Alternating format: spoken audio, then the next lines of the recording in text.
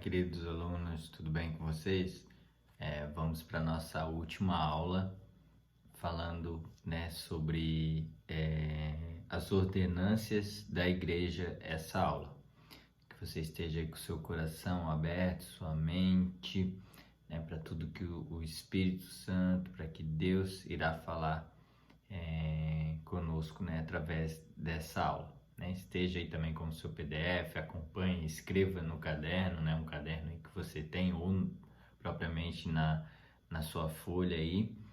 E a gente vai falar até assuntos que a gente já comentou com vocês, mas agora é relacionado à igreja, como que são essas ordenâncias na igreja e funciona até hoje, na igreja embaixada ou qualquer igreja evangélica, cristã. Então, o cristianismo, ele é o contato direto entre o homem e Deus, por meio do Espírito Santo. Então, acho que a gente até já aprendeu numas aulas que o único contato que a gente tem com Deus é através do Espírito Santo. Por isso a gente deve buscar, a gente precisa ter o Espírito Santo junto conosco, porque é o único contato que a gente tem. E a gente vai falar sobre dois assuntos hoje, que é o batismo, que é uma ordenança da igreja, e a Santa Ceia, que a gente desde o começo da igreja cristã até hoje é praticado, é feito isso. A gente participa ali uma vez por mês da Santa Ceia, o batismo.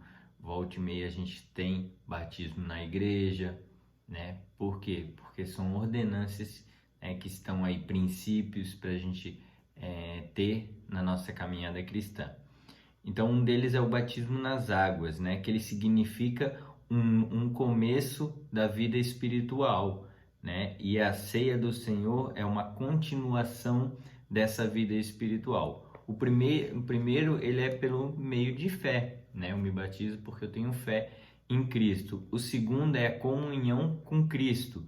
Então, o primeiro a gente age, uma vez só, a gente, confessa e aceita o Senhor Jesus e, a gente sempre fala que o primeiro passo é aceitar o Senhor Jesus, o segundo ali é se batizar. Então, quando você se batiza, é um ato, é feito uma vez só. Tem pessoas que às vezes, faz muito novo e daí querem renovar, enfim, elas têm o coração delas com Deus. Mas se você se batizou uma vez, se você batizou ali, é válido aquilo ali, independente se aconteceu depois de você pecar, enfim, Mas esse ato é válido uma vez ali que você se batizou, independente se era novo e tal. Mas tem pessoas que sentem no coração, fez um monte de coisa errada depois, porque se batizou novo por impulso ou porque alguém, meio que falou ali, a pessoa foi.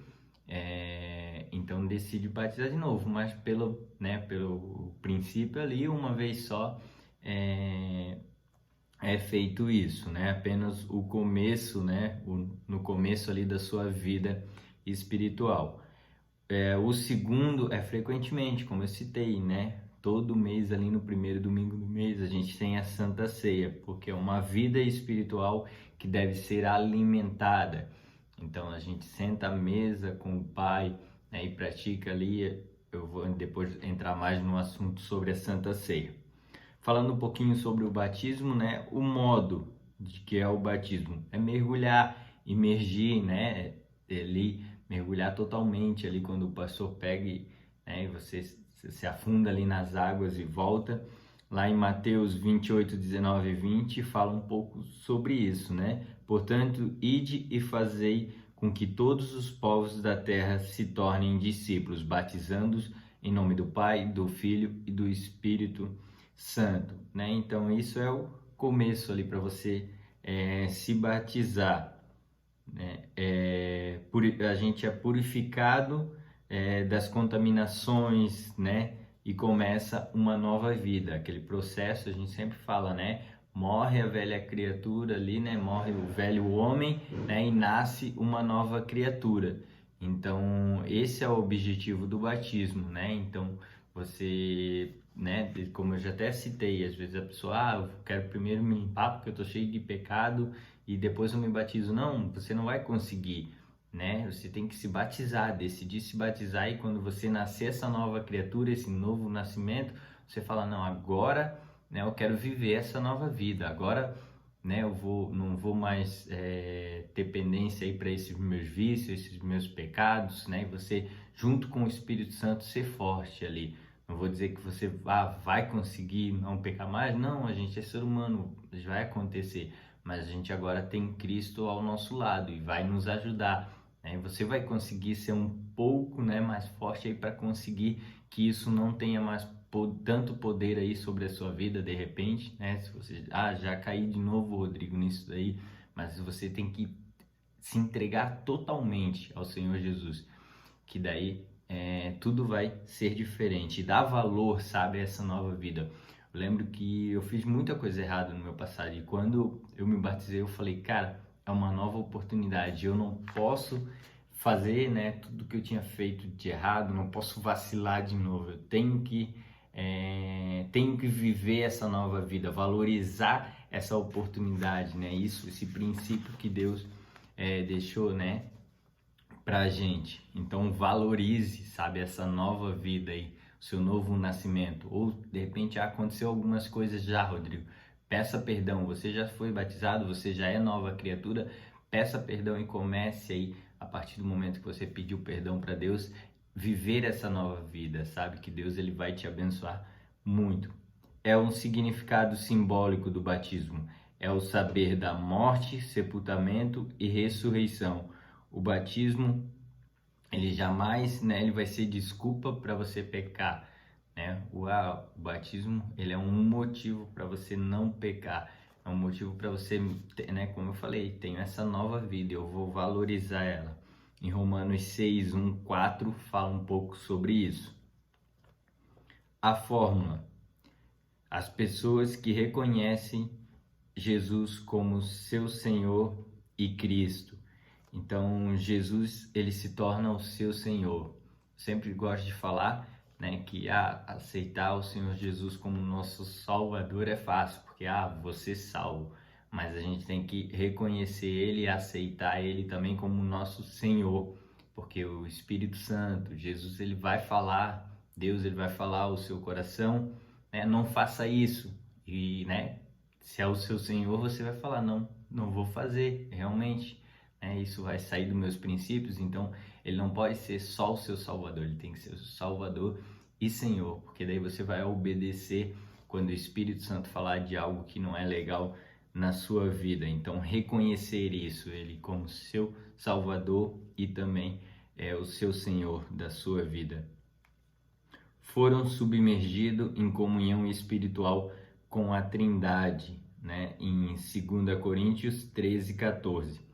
A graça do Senhor Jesus Cristo e o amor de Deus e a comunhão do Espírito Santo seja com vós todos, né? Então, é um relacionamento com a Trindade.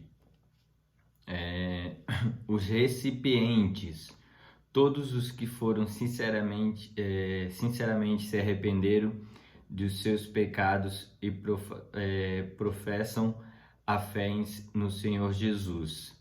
Então todos aqueles, né, que reconhecem, aprenderam, né, e têm fé no Senhor Jesus, esse é o recipiente, né, que sinceramente se arrependeram daquela velha, né, o velho homem ali se arrependeu e decidem essa nova vida. A profissão de fé em Filipe orientou lá em Atos 8:37. Tu podes se crer de todo o teu coração. Então, né, é você crer, né? Você pode ser batizado. Como eu falei, você não precisa, vou me limpar primeiro para depois eu ser batizado. Não, você apenas tem que ter um ato de fé, crer, né? E você pode ali se batizar. Você pode né, morrer o velho homem, nascer essa nova criatura e ter essa nova vida, pelo um ato de crer no seu coração. Oração, lá em Atos 22:16. Levanta-te, ser batizado e lava os teus pecados, invocando o Senhor, o nome do Senhor. Então, né, é através do nome do Senhor, em oração, como eu falei, né, você orando ali ao Senhor, né, se colocando diante de Cristo, de Jesus, reconhecendo tudo que Ele fez por você. O voto de consagração, em 1 Pedro 3, do 20 ao 21, fala, um versículo um pouco grande, mas ali crianças não podem, né, ser batizadas ali, menores de 12 anos. Por quê? Porque elas não têm entendimento, elas não têm pecados, né? Então não tem como batizar, elas não reconhecem, né? Então por isso que as crianças são apresentadas, né, consagradas a Jesus, né? Nos cultos a gente vê sempre ali na Santa Ceia, o pastor sempre faz a apresentação das crianças. Em Mateus 19, 13 e 14 fala um pouco. Então lá, quando a criança tem 12 anos, ela já começa a ter, né, saber da vida, como que ela estava agindo, as formas erradas, tal. Então lá ainda acontece isso, mas acontece bastante pessoas, como eu citei, de se batizarem muito novo, ali logo com 12 anos, tal, e depois, né, foram por impulso ou alguma coisa assim, e acabam, né, cometendo vários pecados, e depois, quando estão mais velhas, fala assim, para mim parece que não valeu. Valeu para Deus, valeu, mas para a pessoa não valeu, porque ela não, sabe, ela não realmente não foi com todo o seu coração, e ela fala, queria renovar isso, tal. Então as pessoas vão lá e se batizam de novo, né? Bênção também. Mas por isso que tem que ter esse cuidado relacionado à criança, né? A eficácia. As pessoas são batizadas não para serem salvas, mas porque já são salvas. Então, né, o batismo, como eu falei, é o segundo passo ali. Você aceitou o Senhor Jesus, então depois você decide se batizar. É uma obediência a Cristo. O convertido, né, ele age pela graça, reconhecendo a graça. Então, uma obediência, né, um princípio ali que ele segue. O significado, né, a salvação, né, a morte e o sepultamento e a ressurreição de Cristo. Então, isso acontece com nós também, né?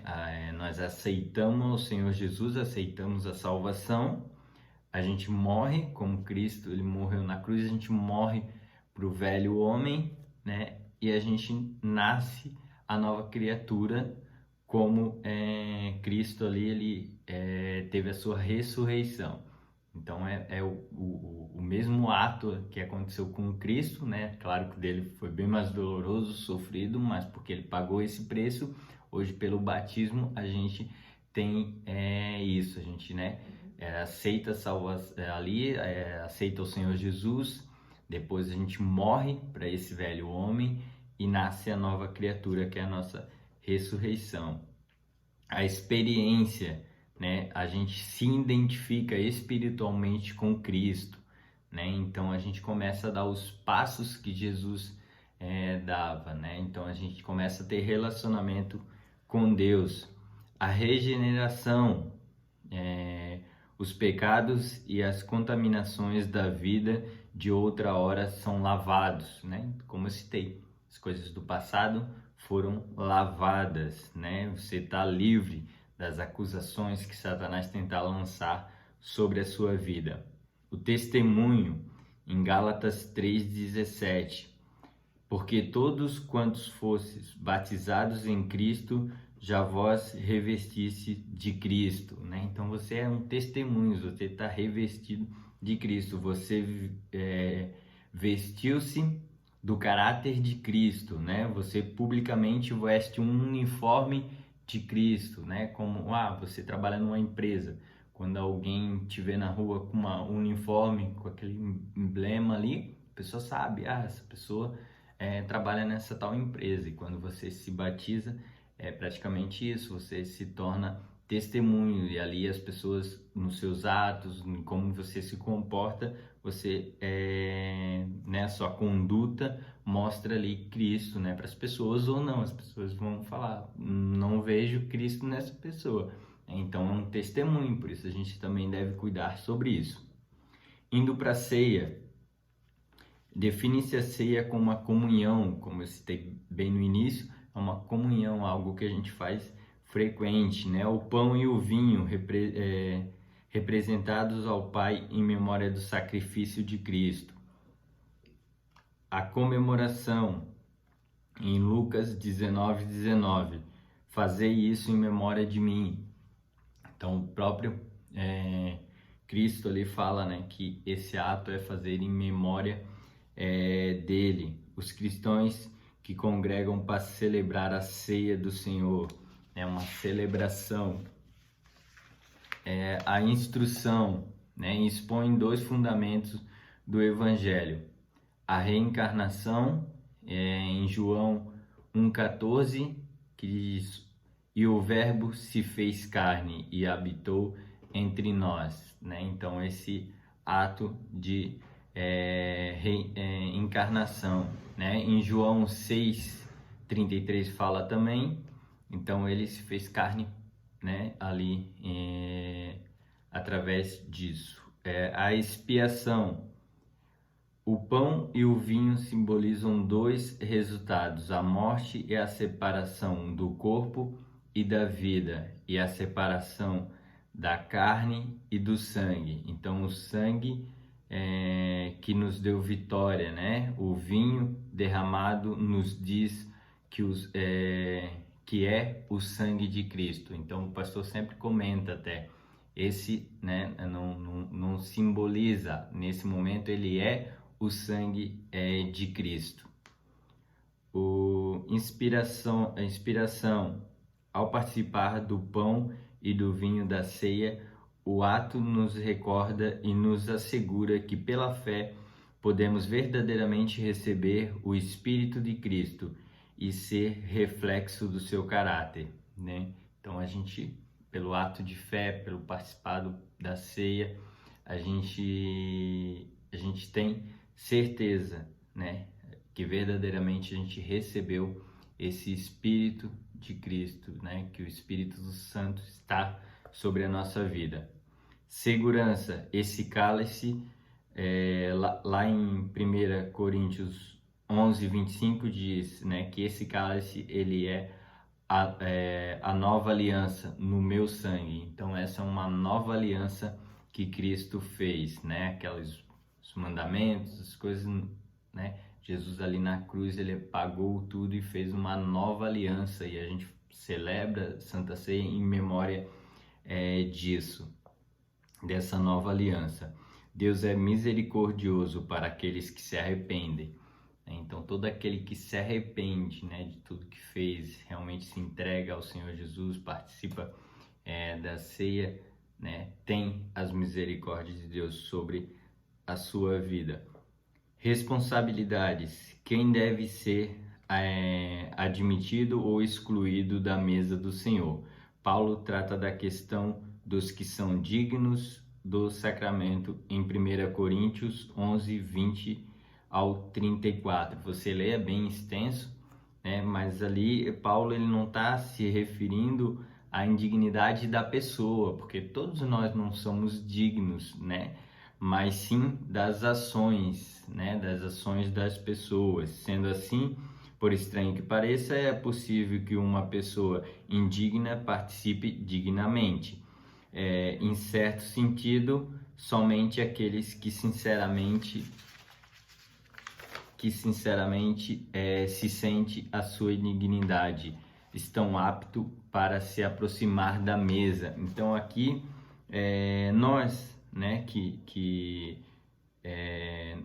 nós não merecíamos, né, mas Cristo ele nos torna digno. Então é você reconhecer, né? Isso não pode ser um ato ou a pessoa cometer ações ali, como fala, ações indignamente, como embriagado ou fazer por deboche. Não, a pessoa reconhece que ela é indigna, que ela viveu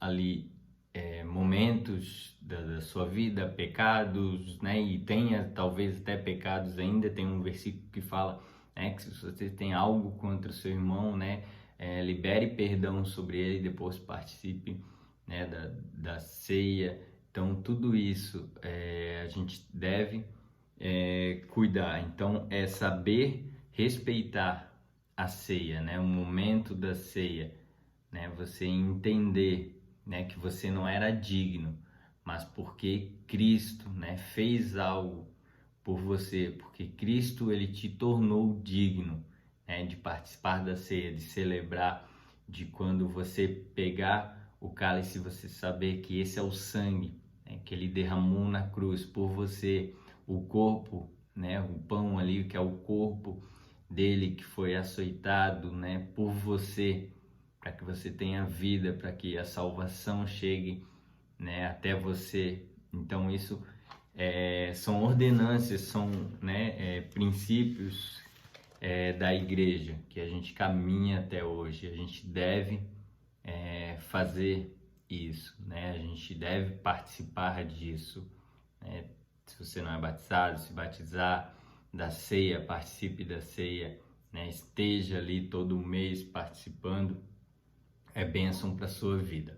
Amém? A aula de hoje era sobre isso. Que Deus abençoe a sua casa, a sua vida, todos os seus projetos, tudo que você ainda deseja alcançar esse ano, né? Como a série do pastor desse mês está falando, ainda dá tempo de você conquistar tudo que você tinha planejado e que de repente você está achando que é tarde demais. Ainda dá tempo, porque você tem um Deus que te deu um espírito de valentia de conquistar as coisas. Que Deus te abençoe e até a próxima aula.